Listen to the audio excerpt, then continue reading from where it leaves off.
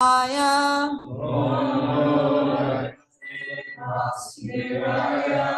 Namo Bhagavate Vasudevaya.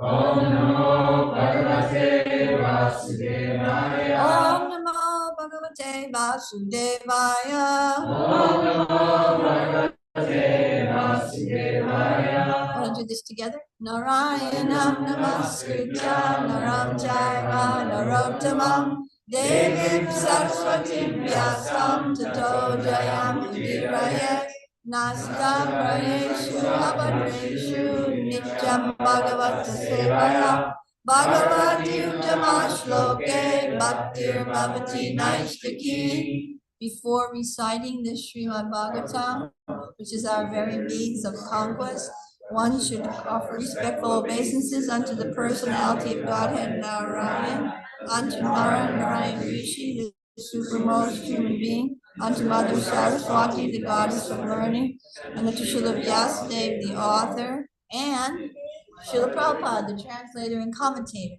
That's written there in invisible ink. Okay. By regular attendance in classes on the Bhagavatam and by rendering service unto the pure devotees, all that is troublesome to the heart is almost completely destroyed, and loving service unto the personality of Godhead, who is praised in transcendental song, is established as an irrevocable fact. So we're doing text 12. So this is Bhishma Dev speaking. Just a little background, or get me focused in what we're talking about. Maybe it'll help you also. Bhishma Dev, great grandfather, the leader of the whole dynasty, the chief of all the warriors, powerful personality, and devoted to the Lord. Just happened to be, on working with whatever Dhritarashtra, so he's, you could say, fighting on the other side. So now that, and Arjuna, that was one of Arjuna's dilemmas. How am I going to fight with these great personalities? They've given me everything. They've supported me, taught me this and that. How am I going to fight with them? Krishna said, just do your duty. I've got it all arranged. All the personalities, the plan is, I've made the plan. The plan is already there. They're already going to be dead. And if you just be an instrument. Remember anybody remember the Sanskrit word for being an instrument? For Krishna told them in the Bhagavad Gita? I'm sure some.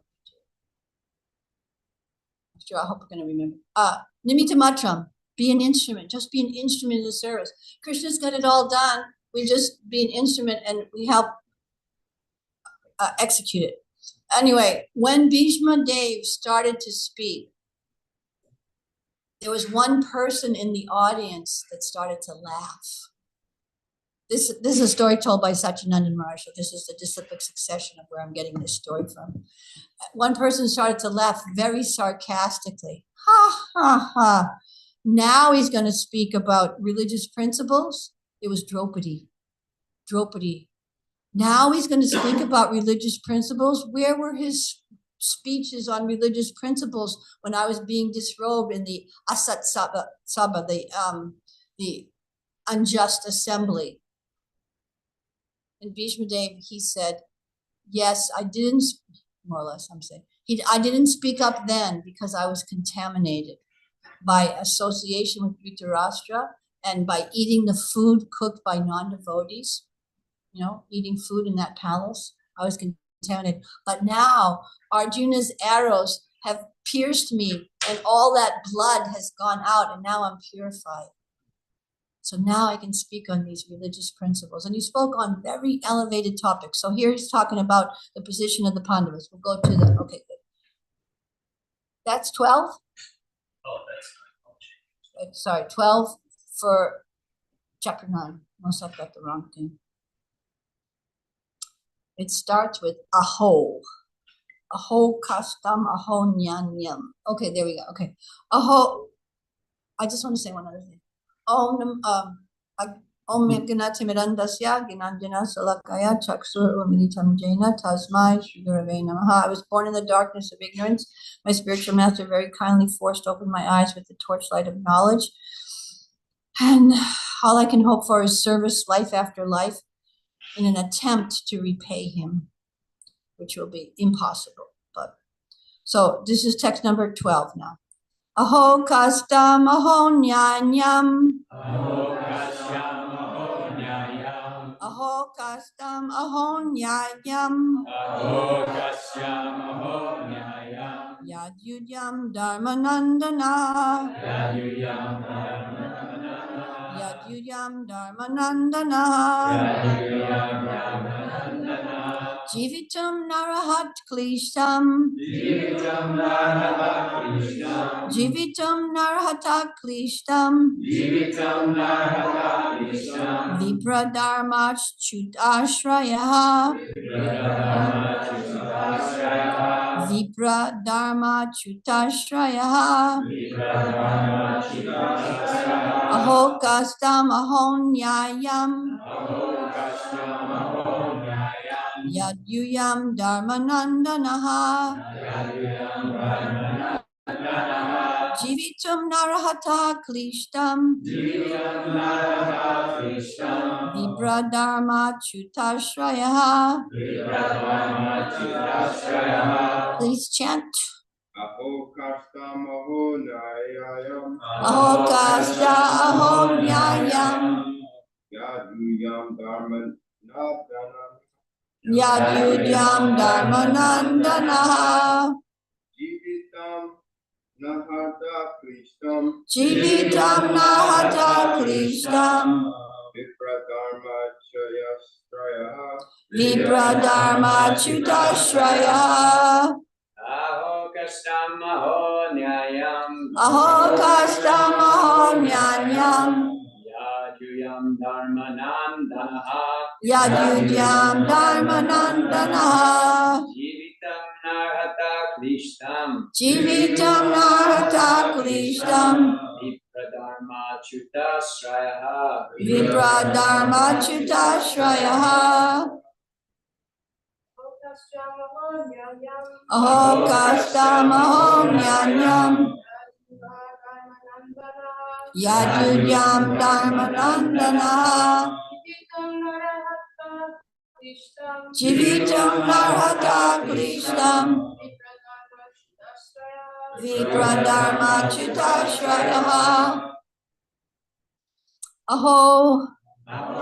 Oh. Kastam.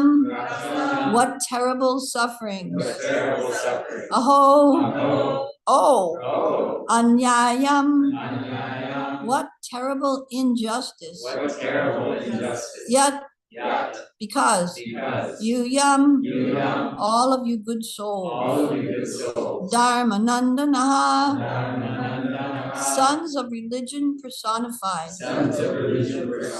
Jivitam, to remain alive, Na, never, Artaha, deserve, Klishtam, suffering, Vipra, Brahmins, Dharma, piety, Achyuta, God, Ashraya, being protected by.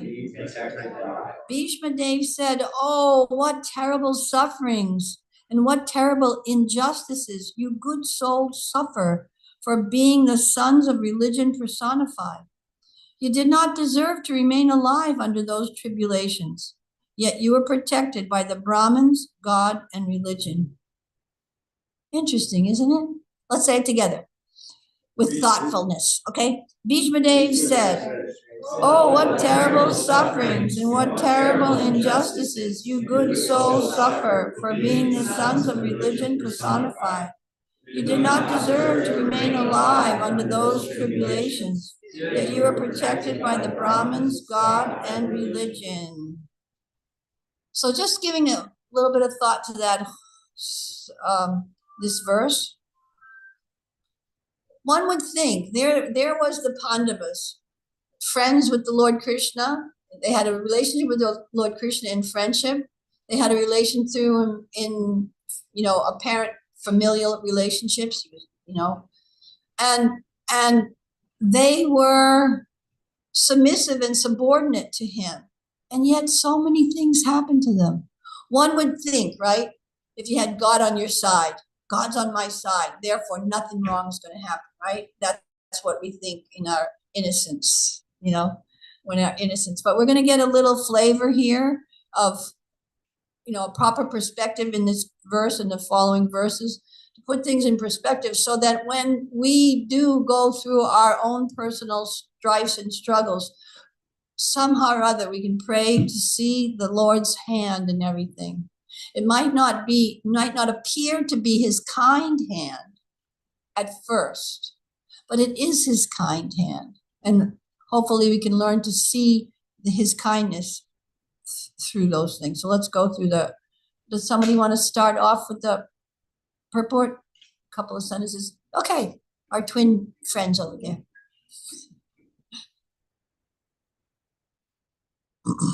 Purport. Maharaj Yudhisthira was disturbed due to the great massacre in the battle of Kurukshetra.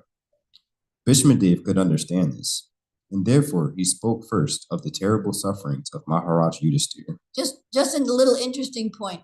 So therefore, Maharaj Yudhisthira Bhishmadev, he didn't right in the very beginning say to him, look, stop lamenting. Everything's a plan of the Lord. He empathized with him so that he could, he could understand his suffering. Yes, you suffered a lot. Just it's a little hint when people come to us, yes, try to be empathic, and then you'll be able to relate with them better. Continue. He was put into difficulty by injustice only, and the battle of Kurukshetra was fought just to counteract this injustice. Therefore, he should not regret the great massacre. So, since he was regretting the great massacre, what kind of indication does that give you about Maharaj Yudhisthira's personality? Was he a weakling? What was he regretting? Why was he regretting?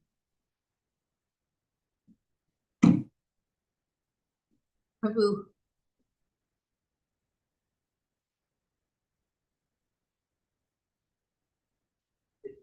It was because he was put on the throne. I mean, all of that happened in order to put him on the throne. But he is not thinking about it in terms of being the Lord's will. Yeah. That he be on the throne. But still, he's very sensitive. Yeah. And to, it's like this thing that happened when Narada Muni sent him and Duryodhana out, one to find someone greater than him and the other to find someone worse than him. Yudhisthira comes back, I couldn't find anybody worse than me. Yeah. And Duryodhana came back, I couldn't find anybody better than me. So yeah. This is how Yudhisthira is. He's very humble. Humble. That humility is one of his glorious qualifications, glorious characteristics. He's humble. He's thinking, why? 640 million persons dead just to get him on the throne. And he's thinking, was that worth it? Was that due to my greed for, ruling and this prestige and everything? So he's understanding that Krishna is the Supreme Lord. But that humility is bubbling up and pushing that down for a minute or two.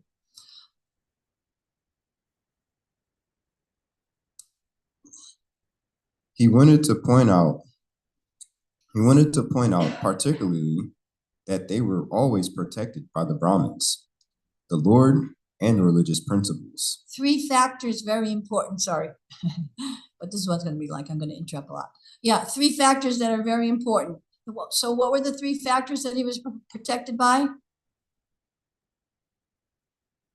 Yeah, that's 1. Brahmins. 2, religion. So all 3 are important. Brahmins to give good advice and to help execute religious principles, etc., etc. The Lord, you're trying to do things to please the Lord, and religious principles. Yudhisthira particularly never gave up his religious principles, and those 3 are very important factors in our life, and so we should mold our life in such a way, or try to situate ourselves in such a way that we'll be able to have the opportunity to hear and from the Brahmins hear about the glories of the Lord, and live our life according to religious principles. And we need association for that. This association factor that is always stressed in the Krishna consciousness movement. Association is really important. So who you associate with will have an effect on us. Whoever we're associating with will have an effect on us. So we need to seek out that association of devotees. Okay, the other Prabhu can read for a few sentences.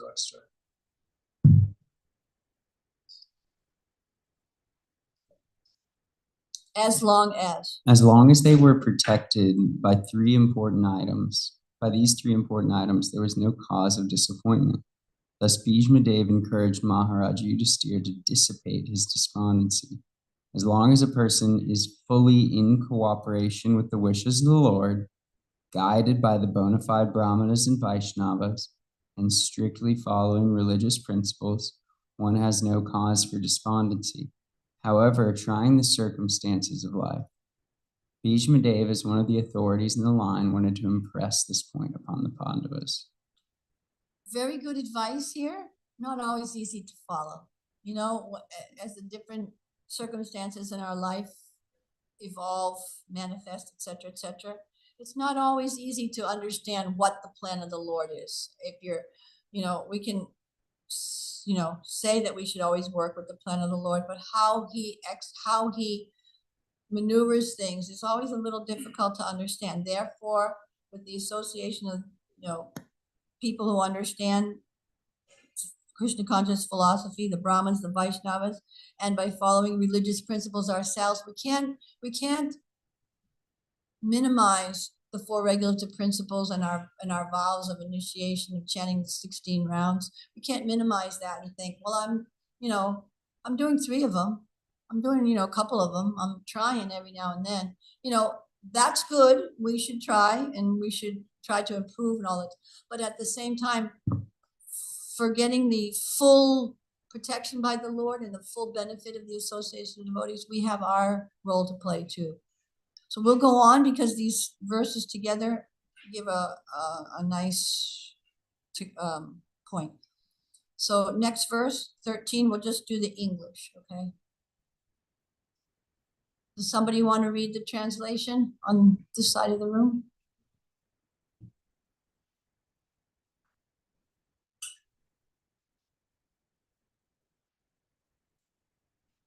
As far as my daughter-in-law Kunti is concerned, upon the great General Pandu's death, she became a widow with many children, and thereafter she suffered greatly. And when you were grown up, she suffered a great deal also because of your actions. Thanks. So Yudhisthira, Bhishma Dev first points out to Yudhisthira, yes, you and your brothers suffered terribly. Your mother also suffered terribly too. She had a really hard time. She was married at a young age. Her husband went to the forest at a young age. He left his body at a young age. She was widowed at a young age, but with 3 children of her own and 2 from her co-wife Madri, and she was left to be responsible for all of them. And then the intrigue in the palace, so many things happened. So Bhishma Dev is pointing that out too. So much suffering in this family. Want to continue on with the purport? Somebody, please, and thank you. The sufferings of Kunti Devi are doubly lamented. She suffered greatly because of her early widowhood, and to get her minor children brought up in the royal family. And when her children were grown up, she continued to suffer because of her son's actions. So her suffering continued. This means that she was destined to suffer by providence, and this one has to tolerate without being disturbed. That's a little cutting, isn't it, that last sentence? This means that she was destined to suffer by providence. Ouch. And this, the suffering, one has to tolerate without being disturbed. So we'll get into this little bit more in the next verse and purport. But I'm sure you're remembering, those of you that are already familiar with this first canto of the Bhagavatam, what was Kunti's reaction to her suffering? What was her reaction to her suffering? Yes, Bruce. She prayed to Krishna. Yeah. She prayed to Krishna to have like more calamities so that she could grow closer. Isn't that unusual? Like, who wants to do that? You know, you just had a car accident, you broke your leg, you lost your job, and the person that you were with just left you. And you think, oh, can I have some more sufferings, please? Now, I think there's a name for it. okay, what do you think it is? Masochist. Yeah. But was that Kunti's attitude? Because we couldn't call her a masochist. Because why? What was her attitude with her suffering? Why did she want more suffering? Because she was a masochist? No. But that's the name of it. But why was Kunti wanting more suffering? Yes. And you can tell I'm forgetting everybody's name except for Bruce. Sorry. Because she could vividly remember Krishna through the suffering. Yeah, and that's the goal of a devotee, try to remember Krishna.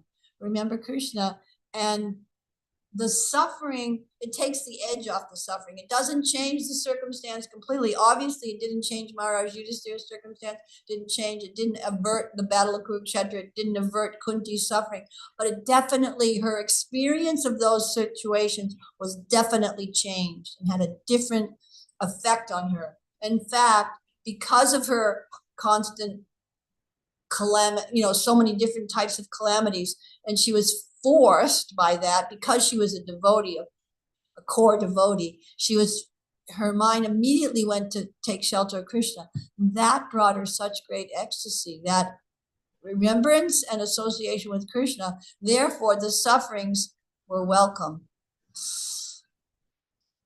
Hard to swallow, but they were. Okay, we'll go on. Unless you have comments or questions. Yes, Prabhu, please. This reminds me of a verse from the New Testament where the Lord Jesus says, "Blessed are the pure in heart, for they shall see God." And it's those tribulations and the difficulties that we go through that actually purify our hearts when we go through them with the instruction of the Brahmanas, religious principles, and with the help of God. When we go through in that way, they purify us. Yeah, thanks for bringing that out. Yeah, it's totally true.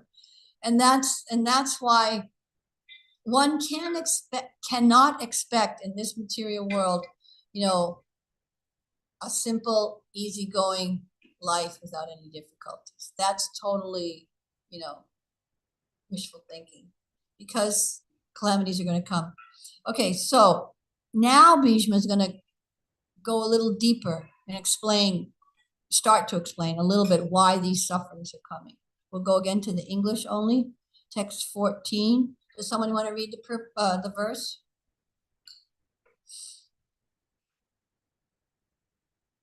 In my opinion, this is all due to inevitable time, under whose control everyone in every planet is carried, just as the clouds are carried by the wind.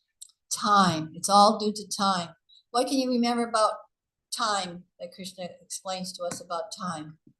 Some little important aspect about time. Yes, Bruce. Thanks. It destroys everything. Yeah. Not only that, there's a little bit before that. Okay. What does he say right before that phrase?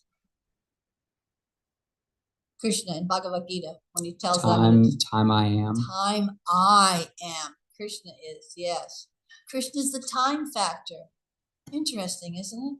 He's the time factor that brings about all activities. And what is he saying? This time factor is doing? It's destroying everything. Why? Because this is a material world, and the material world's not real. Is the time factor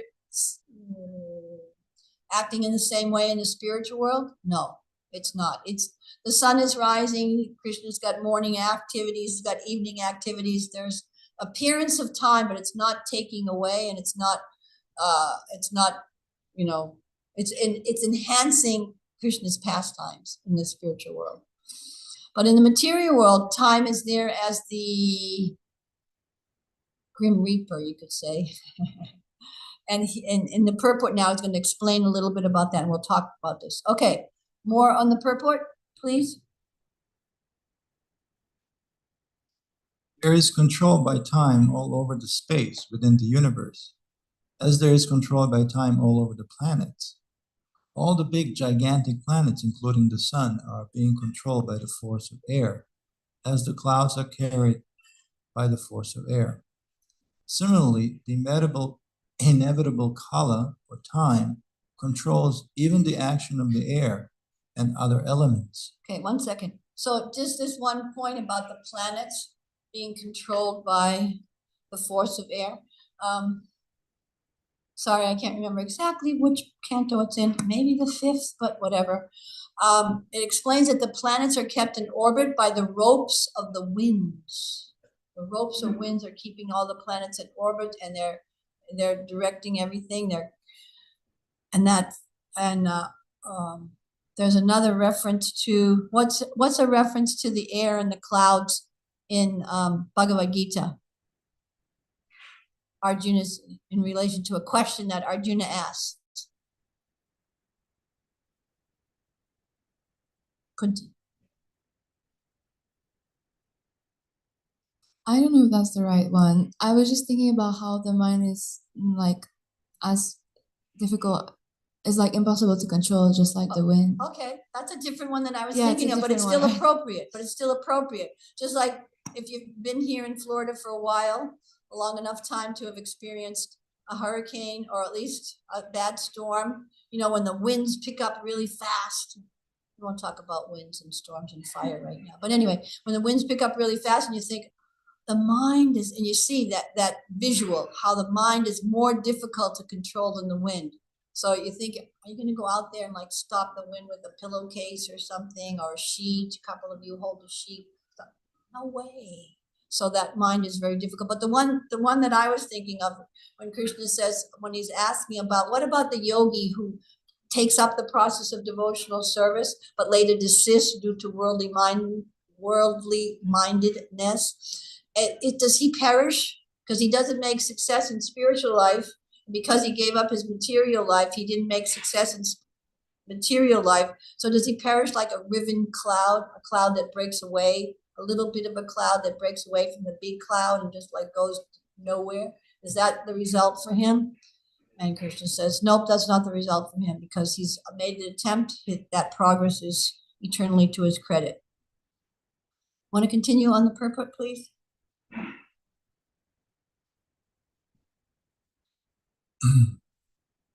Everything, therefore, is controlled by the Supreme Kala, a forceful representative of the Lord within the material world. Thus, Yudhishthira should not be sorry for the inconceivable action of time. Everyone has to bear the actions and reactions of time, as long as one is within the conditions of the material world. So there's a lot one could say about that. Everyone has to bear the actions and reactions of time as long as one is within the conditions of the material world.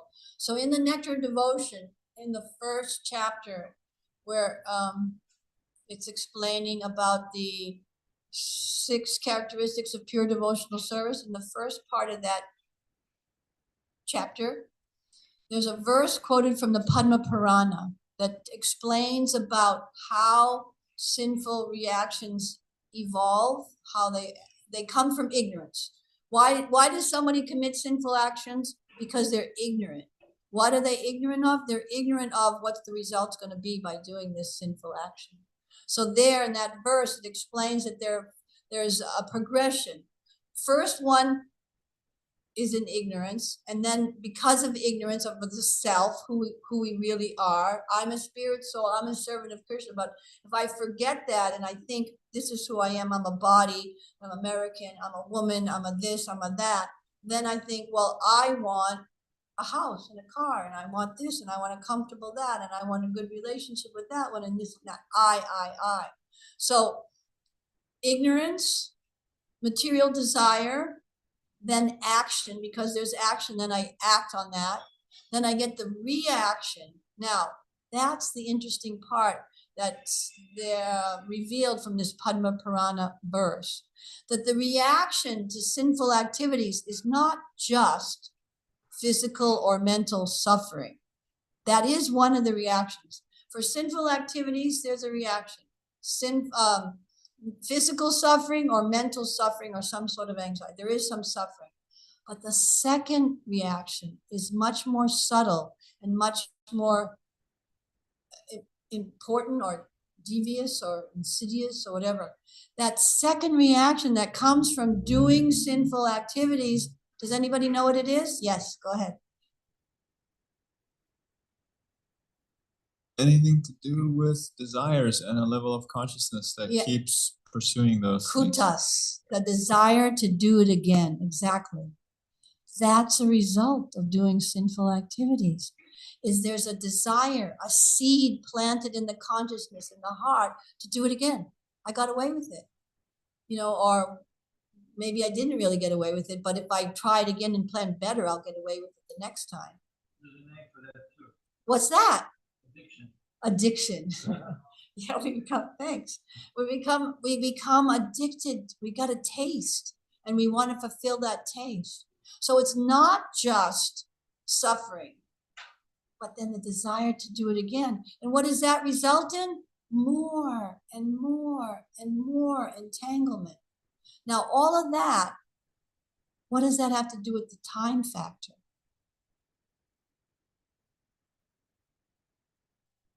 Can you remind me what your name is? Jack?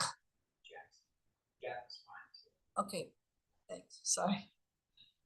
Um, The time factor. What does all of those sufferings and the desire to do it again have to do with the time factor? it's a repetition of entanglement. It's a repetition of entanglement. That's true. There's more things there. Anything else? Yes, Prabhu. Time is the vehicle in which those reactions unfold. Yeah. Time is the vehicle that serves us the due results of activities that they did, that your mother did, that you did, that we've done. And this is one of the subtle but very important instructions of the Bhagavatam. Take responsibility for your actions. We're not suffering because of some injustice that's unjust. No injustices here, We're suffering because of actions and reactions and things but the time factor, that time factor is interestingly present in the reaction to sinful activities, in that it doesn't occur necessarily right away. So there's the tendency, the more common tendency is that you forgot that you did something that you should suffer from. And you're thinking, I'm just doing everything perfectly. Why am I suffering? Well, it could be from something in this life that, that happens to different things that we do, but it also could be from things in past lives. And what to speak of, it doesn't even have to be in a past life. It could have been 3 or 4 years ago. It could have been a couple of weeks ago. Some people don't have a very good memory these days. And the things that I did yesterday, I don't remember what I did, So that factor, that time factor, being served our due rewards, our due punishment, our due dishes, being served, but we forgot that we ordered it on the menu. We didn't realize it, but I ordered that. I was going to get this. I thought I was, you know what I mean? But that's the result. And that time factor plays out in so many interesting ways, brings so many people together, and Krishna figures it all out. Actually, he doesn't even worry about it. He has his agents that worry about it and figure it out, who comes together and who does this and who does that, and how they interact, and who beats up that one and who suffers that one and who crashes. It all happens by his arrangement, not by his anxiety, that's for sure, but it's him. It's Krishna. And so what's the happy message in all of that depressing news. The happy, hang in, okay, sure, go ahead. Share the happy message, some of it. That by the right use of time, using time properly, by nicely engaging our hours and energies in the service of the Lord, we still might have some of those reactions happening to us, but now they're an extension of Krishna's mercy. Yes. They're purifying us and setting Yeah. us free from Exactly, exactly. the vicious cycle. Thank you. So that's the thing. For a materialistic person, the results of the time factor are coming, their due reward. They're coming by the action and reaction of the modes of material nature. They're coming automatically by the material energy. You did this, you're going to get that. You did this, you're going to get that. You did this much good things, you'll get that much reaction. Very precisely. But for a devotee, when we make the Srila Vishwanath Chakravarti Thakur, when the devotee steps through the threshold of bhakti, just starting the process of bhakti, it's not that, oh, one has to be a pure devotee and totally qualified, and Krishna's then arranging directly their life. That's true, but it's not only for them. For one who's just attempting to start the process. Remember one of the famous quotes of Lord Ram, what Lord Ram said when, anyway, he said, oh, Hare Krishna, what did Lord Ram say? Oh, just chant my name once. Whoever chants my name even once, just once, then I am indebted to him. And I will protect him. I will give him my protection forever. Ram, Hare Rava. Yeah, just once. So just by starting the process of devotional service, then it's not karma that we're going through. It's custom karma, custom fit, bhakti karma. I just made that part up, bhakti karma. But anyway, it's a custom fit to bring us closer to Krishna. You might say, but I just had jaundice for 3 weeks and I just had a car and this and that. And how is that bringing me close? It's bringing you closer to Krishna if you take advantage of the time and utilize your time properly. And Krishna, but I was praying to Krishna that I could pass my exam so I could get a good job, so that I could give donations to the temple, etc., etc. Krishna has a plan. That's a great idea too. But let's see how it works out with Krishna's plan in there. You know, how does it work out? That he's actually, you failed your exam, you didn't get a job, and et cetera, whatever, you know, different difficulties that might happen, you know. And so you think, but how is that Krishna's mercy? Now, how am I going to, well, Krishna's mercy might be to teach you, me, that we're not the doer. Oh, amazing. I never thought of that. Oh, everything's done by Krishna. I'm thinking I'm doing it by my intellectual capacity, by my endeavor. Well, I'm not the doer. There's so many factors, so many aspects of a lesson that Krishna could be teaching us. And one might think, oh, but what if I don't get the lesson? Don't worry. You'll get it in another time, in another shape, in another form, repeatedly, you'll get the lessons that we have to learn, so that we do learn them. Because why? Because Krishna is Surijat Sarvabhuta. He's the most dear friend. He's the most dear friend. And when he sees, oh, look at this person just now starting the process of bhakti, let me help him in so many ways. Let me help her in so many ways. Let me assist in so many ways. That person's very dear to me. That's a little bit. Okay, maybe we should try to finish the purport. Haha. Yudhishthir should not think that he had committed sins in his previous birth and is suffering the consequence. Even the most pious has to suffer the condition of material nature. But a pious man is faithful to the Lord, for he is guided by the bona fide Brahmana and Vaishnava, following the religious So there's principles. those 3 principles again: the Brahmins, the Vaishnavas, and guided by the Lord. Okay, continue. These 3 guiding principles should be aim of life. One should not be disturbed by the tricks of eternal time. Even the great control of the universe, Brahmaji, is also under the control of that time. Therefore, one should not grudge being thus controlled by time, despite being a true follower of religious principles. Okay, and we'll go to our last verse, but feel free to ask your questions, okay? So, last verse, someone else could read, please? Great, thanks. Oh, how wonderful is the influence of inevitable time. It is irreversible. Otherwise, how can there be reverses in the presence of King Yudhishthira, the son of the demigod controlling religion? Bhima, the great fighter with a club, the great bowman Arjuna with his mighty weapon Gandiva, and above all, the Lord, the direct well-wisher of the Pandavas. Now, if you were going to say that verse in your own words, what would you say?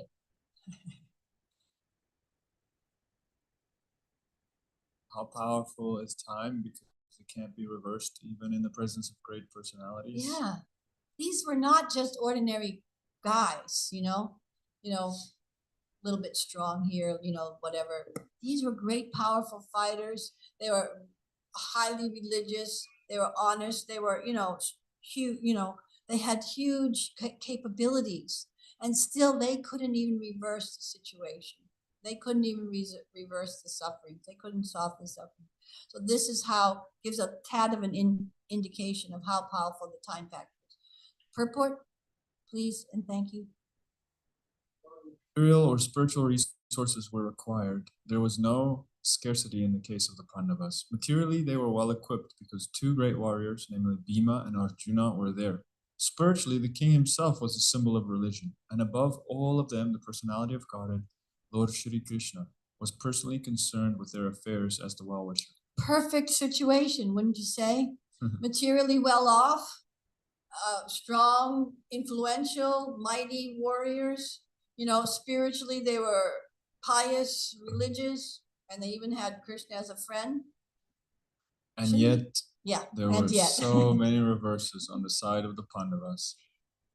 Despite the power of pious acts, the power of personalities, the power of expert management, and the power of weapons under the direct supervision of Lord Krishna, the Pandavas suffered so many practical reverses, which can only be explained as due to the influence of Kala, inevitable time. Kala is identical with the Lord himself, and therefore the influence of Kala indicates the inexplicable wish of the Lord himself. You want to read that sentence again, please? Kala is identical with the Lord himself, and therefore the influence of Kala indicates the inexplicable wish of the Lord himself. There is nothing to be lamented when a matter is beyond the control of any human being. So take this information and apply it to the world situation today. You gonna have any thoughts on that? Any feedback? Kala is identical with the Lord himself, and therefore the influence of Kala indicates, that's interesting, the inexplicable wish. We can't explain the wish of the Lord. Yes, Baruch. Thinking of two other ways in which this material time, this Kala, is also a blessing, because we spoke about how for the devotee there's Krishna karma, it's different and it's transcendental. But even for a non-devotee, I can think of two ways in which this time factor is helping them. The first is that in a very direct way, it cuts them off from those addictions, as Advaita Prabhu mentioned. Like an extreme example, someone's a serial killer. If they weren't to die, maybe they would just keep on, going down that path. Almost like when a puppy eats, you have to sometimes drag it away from the bowl because they eat more than what's good for them. So not only puppies. So in that way, the time factor is merciful because it cuts us off from all these bad directions in which we're flowing. And secondly, it also helps because, of course, it awakens an existential question with some people. Why is everything falling apart in this world? Why is nothing permanent? That's a very valuable. Yeah, that's very valuable. It's spark. not a conclusion. Yes, it's a very valuable conclusion, but it's not a conclusion that many people come to. You know what I mean? Just like I'm sure all those people that are suffering through the fires in LA and etc. just lost everything. And this time, it's a different twist in it. It's not like some far little remote village in Tibet where the houses were just made of mud and grass and this and that, and you know, all those poor people are suffering. No, these guys in these big fancy houses and blubbity blubbity, you know, manicured lawns, et cetera, and their 4-car garage or whatever, you know. And wow, what conclusion of that? I mean, how can we say that?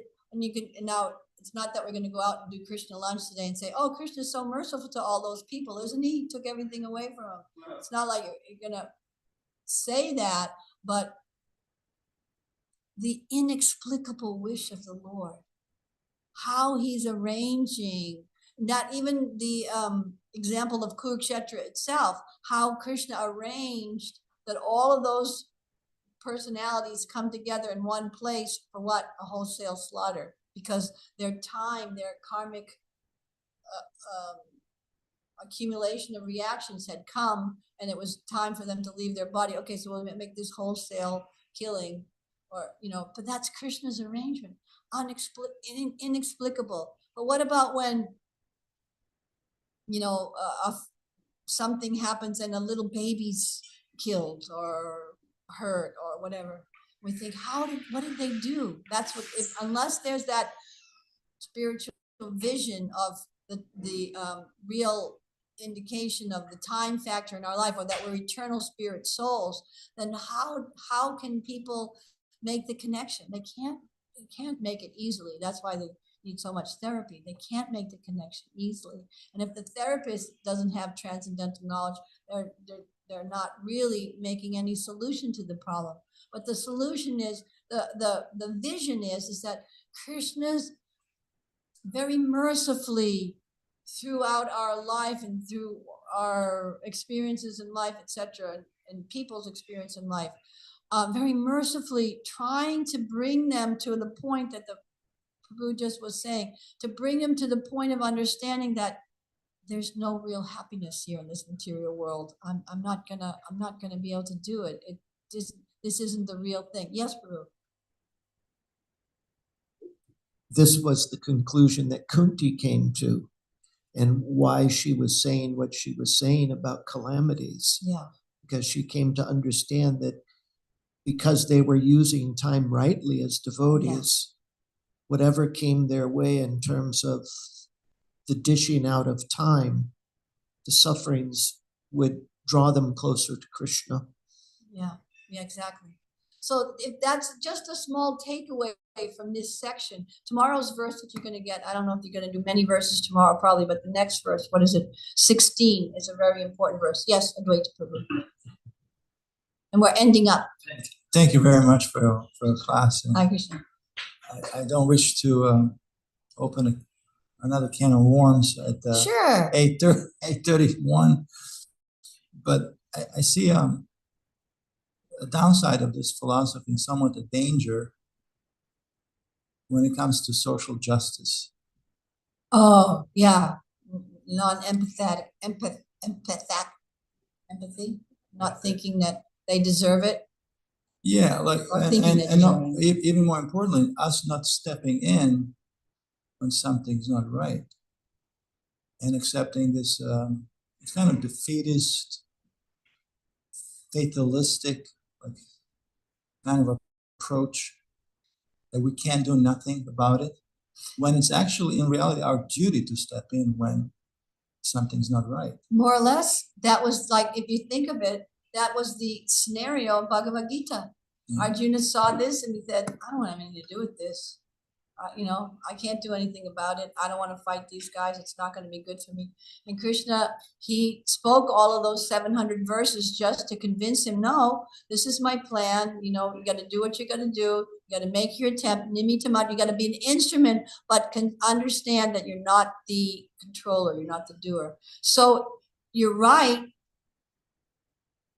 Half information on it isn't complete, but or full information, but full realization. I mean, we hear the information, we try to digest it. We can digest it in bits and pieces, and sometimes we get stuck on, you know, okay, I can't do anything about anything. But that's why, again, association and continued hearing for a more complete understanding. Yes. So I wanted to quickly point out the last sentence because it says, "There's nothing to be lamented when a matter is beyond the control of any human being," meaning beyond the control. Like that's what we're learning. We're learning like you do everything that you can, Yeah. and the rest is to Krishna. So if there's something you can do, you do it. Just like this sentence Yes. says. Yeah. And then just to end on this final note, there's Chaitanya Charan Prabhu has all these wonderful little sutra sayings. So I can't say it as short as he does, so I'll have to say it a little longer. But he says, we are in difficulty oftentimes, and we pray to the Lord to please help us for the situation that we're undergoing right now. Krishna sees what's going to happen to us in the future, and he's arranging our being prepared for things that are happening in the future. So we're praying for relief from present situation. Krishna's arranging for things for our future perfection, our future advancement in Krishna consciousness. They don't always coincide or line up in perfect sync in the present stage, but he's our well-wisher, he's got our back, and he's bringing us forward in to his lotus feet. Hare Krishna. Little late, but Hare Krishna. Vanchakalpatrubhyascha kripa sindhubhyevacha patitanam pavanebhyo vaishnavebhyo namaha. Lot to think about in these verses, and lots of conversations that you could have with your friends. Hare Krishna. Srila Prabhupada ki jai.